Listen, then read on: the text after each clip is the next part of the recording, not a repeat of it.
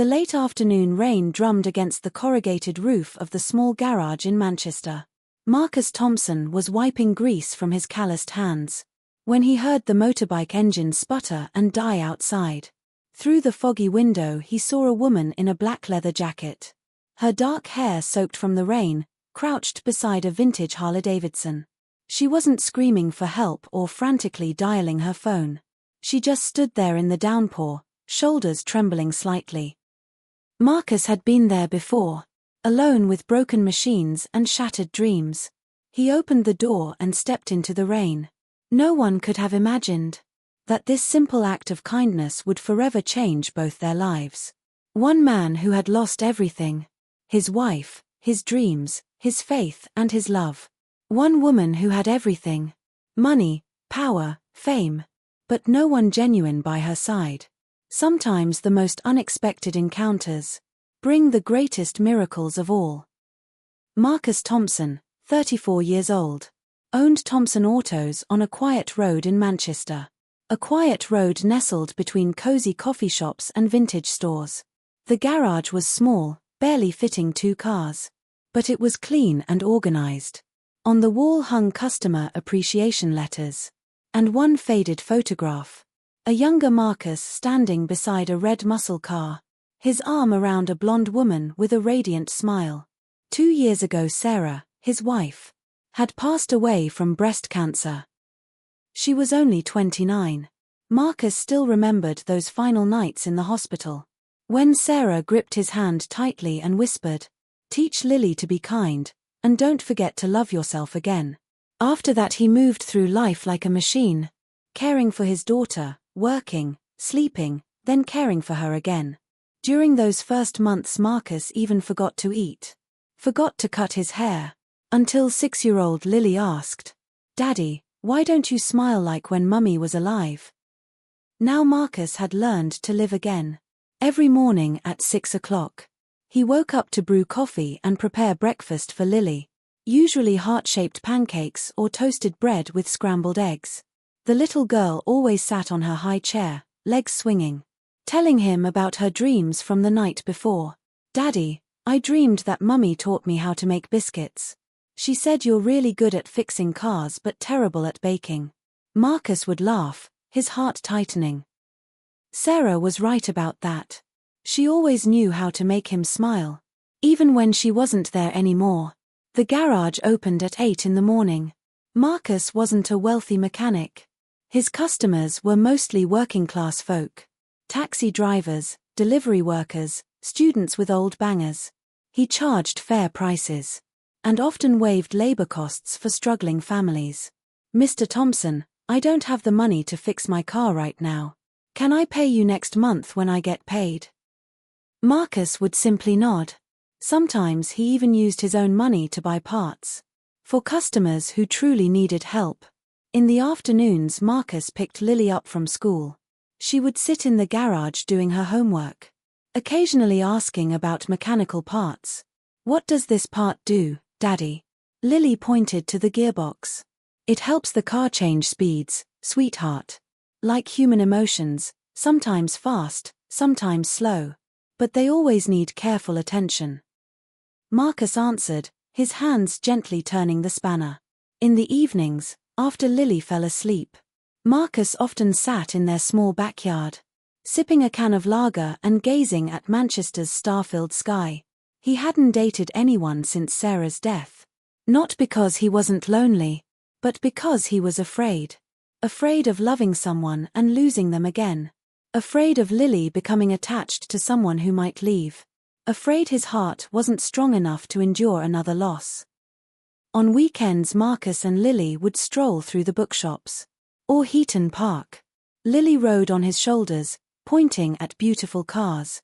"Daddy, when will you be able to fix cars like those?" Marcus smiled. "My little girl, the most beautiful cars aren't decided by their price. They're decided by the love the mechanic puts into them." He didn't know that very soon. These words would carry deeper meaning than he ever imagined. The small details of their life revealed Marcus's character. The way he saved leftover sandwich crusts to feed the neighborhood birds. How he taught Lily to say please and thank you to everyone, regardless of their job. The careful way he folded Sarah's photo each night, placed it in the bedside drawer, and whispered, "Good night, love," before turning off the light. His hands were permanently stained with motor oil, but they were gentle when braiding Lily's hair, or checking her forehead for fever. Marcus carried his loneliness like a familiar weight. Not the bitter kind that turns people cold, but the quiet kind that makes someone more compassionate. He understood what it meant to need help, to feel invisible, to wonder if anyone truly saw you. This understanding made him notice the woman in the rain outside his garage. Not because she was beautiful, though she was, but because she looked as lost as he had felt 2 years ago. Elena Harper, 31 years old, was the CEO of Harper Tech, valued at £2.8 billion, headquarters in London. Forbes magazine had dubbed her the tech queen under 35. Elena's office sat on the 40th floor overlooking the River Thames, decorated with expensive artwork and Italian designer furniture. But at night Elena often sat alone in her leather chair, staring at the city's colourful lights, feeling as empty as the skyscraper itself. Last week Elena had called off her engagement to David Sterling, from a prestigious city banking family. Not from lack of affection, but because she realized David loved her status more than her true self. "You know, Elena, when we marry my portfolio will increase by at least 30%. Your company perfectly complements my family's investment portfolio," David had said during dinner at a 3-Michelin-star restaurant. Elena set down her fork and looked directly into his eyes.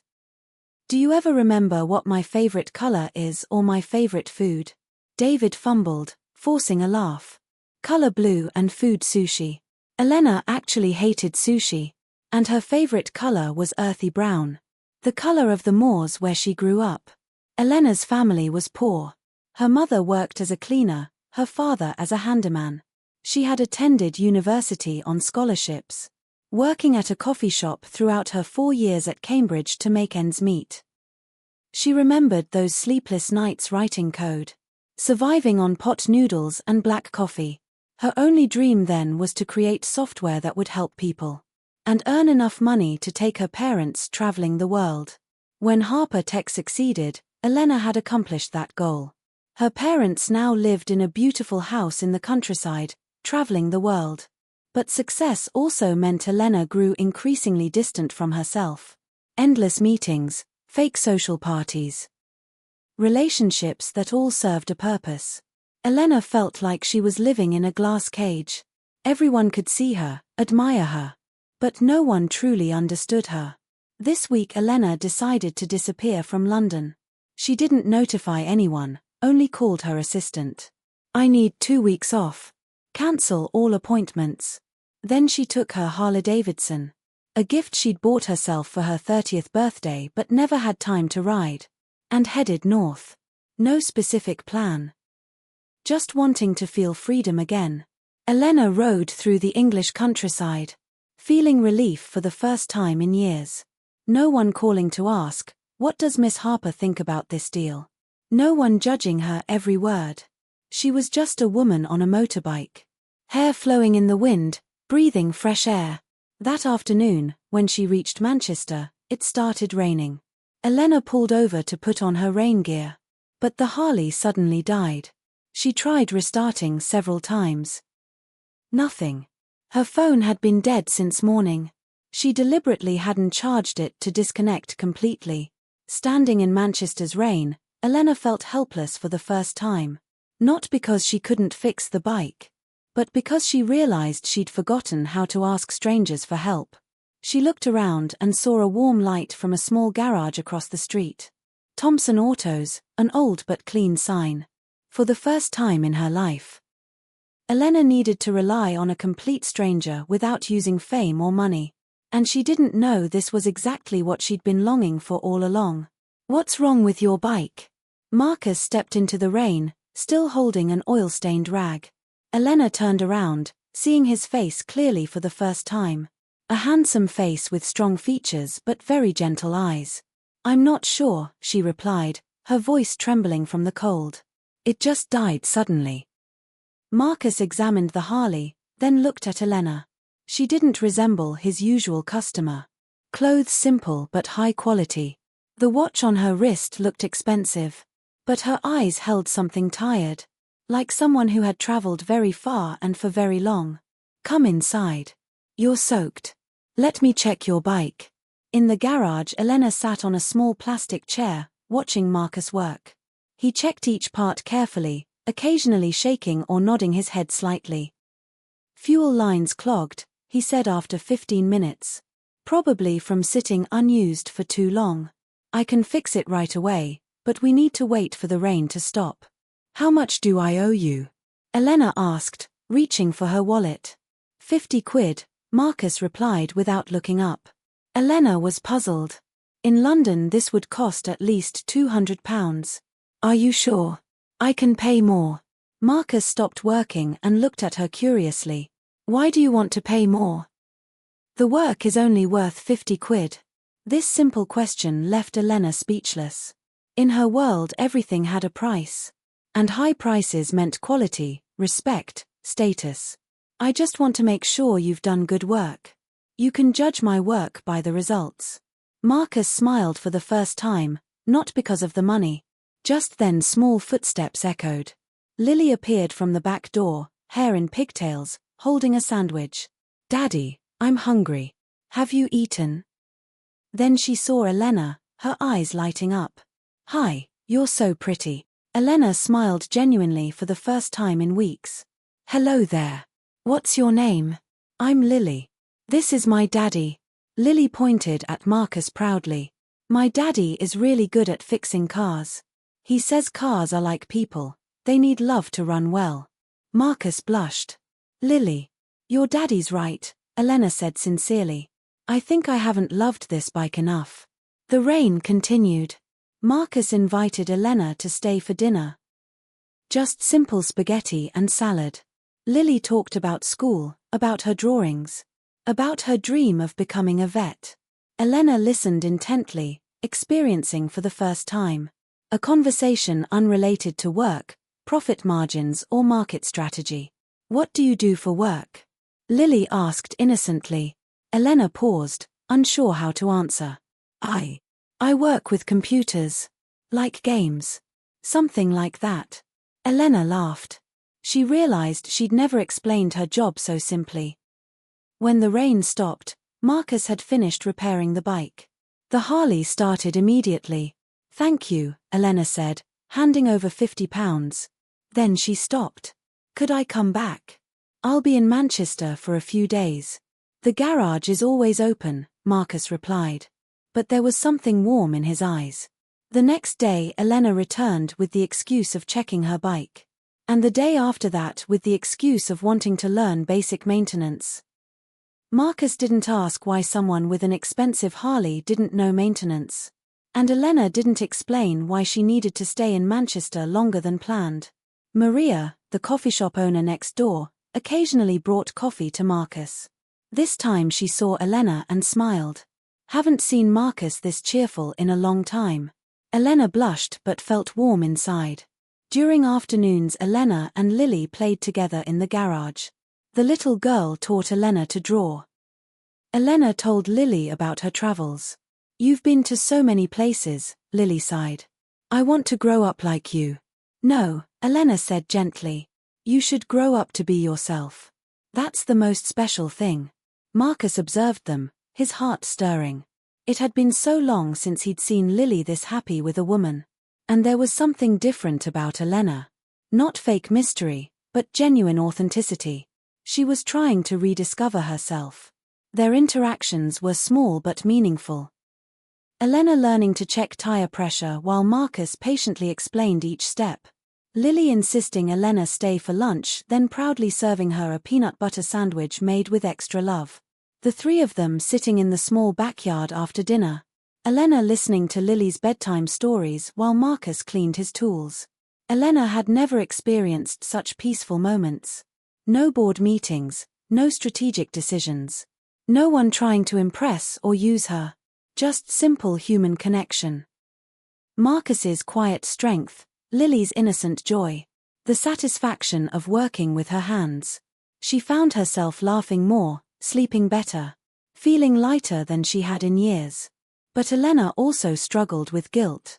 Every day she stayed was another day of deception.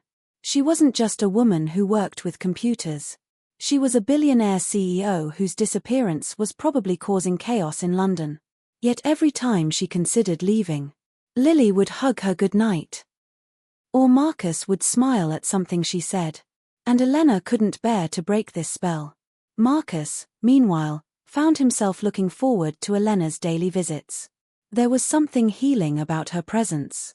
The way she listened when he talked about Sarah. How she encouraged Lily's wild imagination.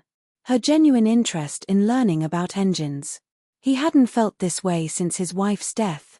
And it both thrilled and terrified him. Everything changed on Friday afternoon. Elena was playing with Lily in the garage. When her phone rang incessantly, she tried to ignore it, but the 15th call made her answer. Elena, thank God. Where are you? Jessica, her assistant's voice came through the speaker. The board called an emergency meeting. Stock price dropped 12% because no one knows where you are. The media is speculating you have health problems. Marcus and Lily both looked up. Elena quickly turned off the speaker, but it was too late. Stock price? Board of directors? Marcus asked quietly. Elena looked down, knowing she couldn't hide anymore. I need to explain. She told them about Harper Tech, about being CEO, about why she came to Manchester. Marcus listened in silence, his face gradually growing cold. So all of this was just a game to you? He asked finally. No, Elena protested. It wasn't like that. What I felt here with you, with Lily, it's the most real thing in my life. Most real? Marcus stood up, his voice bitter. You lied to me for a week. You let me and my daughter believe you were just an ordinary person. What's real about that? Lily looked between the two adults, tears forming in her eyes. Why are Daddy and Elena fighting? Elena knelt down, taking Lily's hands. Sweetheart, we're not fighting. It's just, I have to go back where I belong. No, Marcus said, his voice hard. Lily, go inside the house. But Daddy. Go inside. Lily ran in, sobbing. Elena stood up, her eyes also red. Marcus, please let me explain. Explain what? Marcus turned back, pain in his eyes. How you see us. Are we your entertainment? Or do you want to write a memoir about living like poor people? You know I'm not like that, Elena said, her voice shaking. I don't know who you are, Marcus replied. The woman I thought I knew wouldn't lie for an entire week. You let us open our hearts. Let Lily get attached to you. And now you'll fly back to London and forget everything. I won't forget, Elena cried. I can't forget. But you will leave, Marcus said, his voice tired. You have an entire empire to run. And us. We're just an interesting chapter in billionaire Elena Harper's life. Elena shook her head vigorously. That's not true. You and Lily are the most important things to me. Most important? Marcus laughed bitterly. Then why didn't you tell the truth from the beginning? Because you knew we'd treat you differently if we knew who you were. Because you enjoyed being loved like an ordinary person. But you're not ordinary, Elena. And I can't live in that fake world. Elena stood there, tears falling like rain. She knew Marcus was partly right. She had hidden the truth because she was afraid of losing these simple moments. But she also hid it because she was afraid Marcus would look at her differently, with calculating eyes like everyone else who wanted to use her. I'm sorry, she whispered. I never meant to hurt you and Lily. But you did, Marcus said. And the worst part is you made my daughter believe you would stay. Elena knew there was nothing left to say. She grabbed her bag and walked toward the Harley. I'll transfer money for the bike repair. Don't, Marcus interrupted. You already paid. Elena stopped at the garage door, turning back. Marcus, if I weren't a CEO, if I were just ordinary Elena, would you? But you're not, Marcus said. And that's the problem. Elena rode away from Manchester that night, tears blurring her vision for the first time in her life. She knew what it meant to love someone more than success, more than money. And for the first time she understood why people say love can cause such pain. 2 weeks later Elena returned to London, but felt like a different person. She sat in her 40th floor office looking out at the Thames, but all she could see was the warm light from the small garage in Manchester.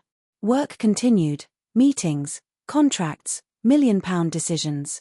But Elena felt like she was living someone else's dream. Jessica noticed the change. "Elena, are you okay? You look different." "Different how?" "Sad, like you're missing something." Elena didn't answer. She couldn't explain that every night she dreamed of Lily's laughter, Marcus's gentle way of explaining engine parts. Those simple but warm dinners. Tuesday afternoon Elena's phone rang. Unknown number from Manchester. Her heart pounded as she answered. "Elena, this is Maria, the coffee shop owner next to Marcus's garage." The woman's voice was worried. "I got your number from when you left a tip. Can you come to Manchester right away? Lily had an accident." Elena's blood ran cold. "What accident? Is she okay?" "She fell off her bike. Head injury. She's in a coma at Manchester Royal Infirmary. Marcus is. He's almost collapsed. He won't leave the hospital. Won't eat anything. I think he needs you." Elena didn't need to hear more. She cancelled all meetings and booked the first flight to Manchester. During the short flight she prayed. Prayed for Lily, prayed for Marcus. Prayed to be forgiven for leaving when they needed her most. At the hospital Elena found Marcus sitting beside Lily's bed. He looked haggard, unshaven, eyes red-rimmed. Lily lay motionless, head bandaged, machines beeping steadily. Marcus looked up when he saw Elena, surprised but saying nothing. "I came as soon as Maria called," Elena whispered, sitting in the chair beside him. "How is she?" "Doctors say she might need surgery. My insurance won't cover the private care for the best team. And the NHS waiting list is too long." Elena was quiet for a moment, then took out her phone. "Jessica, arrange the best neurology team immediately. And transfer £500,000 to Manchester Royal Infirmary. For Lily Thompson's care. Make sure she gets the top specialists." Marcus grabbed her hand. "Elena, I can't accept this." "This isn't for you," Elena said, looking directly into his eyes. "This is for Lily. She deserves the best care." Marcus was silent, tears streaming down his face. He gripped Elena's hand tightly. "Why did you come back?" "Because I love her," Elena answered honestly. "Because I love you. Because this family is the most important thing in my life." For the next 3 days Elena didn't leave the hospital. She slept in chairs, ate vending machine food, held Lily's hand and told her stories. About travels, about oceans and mountains. About wonderful things waiting for Lily to discover. Marcus watched Elena, realizing this was her true self. Not the powerful CEO, but someone who knew how to love unconditionally. He saw her read stories to Lily in a gentle voice. Saw her carefully wipe the little girl's face. Saw her pray beside the hospital bed. Wednesday morning Lily opened her eyes. "Elena," her voice was weak. "You came back." Elena burst into tears. "Sweetheart, I'm here. I'm not going anywhere anymore." Marcus stood beside them, also crying. He realized he'd been wrong. Elena didn't come here out of guilt or obligation. She came because of love. Love that needed no conditions, no explanations. 1 month later Lily was fully recovered and discharged. Elena was still in Manchester, renting a small flat near Marcus's garage. She worked remotely, running the company through video calls and emails. For the first time in her life work wasn't her top priority. Mornings Elena took Lily to school, then stopped by the garage to help Marcus. She learned to change oil, check tires, even repair simple breakdowns. "Did you know Elena is really good?" Lily told Maria. She fixed Mrs. Peterson's car that even Daddy had to think about for a long time. Marcus smiled, watching Elena concentrate on assembling engine parts. her hair tied back, wearing an old t-shirt, arms covered in grease. But she looked happier than ever. "She's learning fast," he told Lily. "Does Daddy love Elena?" Lily asked directly. Marcus stopped working, looking at his daughter. "Why do you ask that?" "Because Daddy smiles more when she's here. And Daddy isn't sad anymore like when Mummy died." Marcus knelt down, hugging Lily. "Would it bother you if Daddy loved someone other than Mummy?" Lily shook her head. "Mummy told me in my dream to take care of Daddy. And now Elena takes care of Daddy, so I don't have to worry." That evening Marcus and Elena sat in the small backyard, looking up at Manchester's starry sky. "Elena," Marcus began, "do you regret leaving everything in London?" Elena took his hand. "I didn't leave anything. I just brought the most important things here. My company will run fine. I promoted the COO to CEO and I'm just an advisor now." Elena turned to look at Marcus. "You know, my whole life I thought success meant having more things. But now I understand. Real success is knowing how to keep the right things." Marcus smiled. "So what's the right thing for you?" "This family," Elena answered without hesitation. "You and Lily, morning breakfasts together, afternoons in the garage, bedtime stories. I want to become Lily's mum. I want to grow old with you." Marcus turned, looking deep into Elena's eyes. "Are you sure? This life is very ordinary. Nothing grand like your old world." "That's exactly why I love it," Elena smiled. "Will you have me, Marcus Thompson?" Instead of answering with words, Marcus kissed her. A slow kiss full of love and promise. The next morning Elena woke up in Marcus's arms, hearing Lily running around in the yard. She smiled, never having felt this happy. The phone rang. Jessica calling from London with news about £1 million deal. Elena looked at the screen, then turned off the phone. "Not important?" Marcus asked. "Nothing's more important than breakfast with family," Elena replied, kissing his forehead. 6 months later Elena and Marcus held a small wedding in the garage, decorated with fairy lights and wild flowers from the moors. Lily was the flower girl carrying a small bouquet. Maria made the wedding cake. The guests were just neighborhood friends and regular customers. No reporters, no celebrities, no grand parties. Just real love, real smiles, and real happiness. In her speech Elena said, "I used to think I needed to prove my worth through success. But Marcus and Lily taught me that a person's real value lies in their ability to love and be loved. Today I'm not just marrying the man I love, but joining a family I'll protect and nurture for life." Marcus held his wife's hand, looking at Lily's radiant smile. "Sarah, don't worry. We'll be happy." The Harley sat in the corner of the garage, now running smoothly like new. Beside it were Lily's small bicycle and Marcus's old pickup truck. 3 vehicles, 3 people, 1 complete family. Sometimes what we search for our entire lives lies in the most ordinary moments. Real love doesn't need to be proven by status or money, but by the courage to open our hearts, to trust in the future, to choose to stay. If this story makes you believe that kindness and love still exist, please share it to spread this warmth.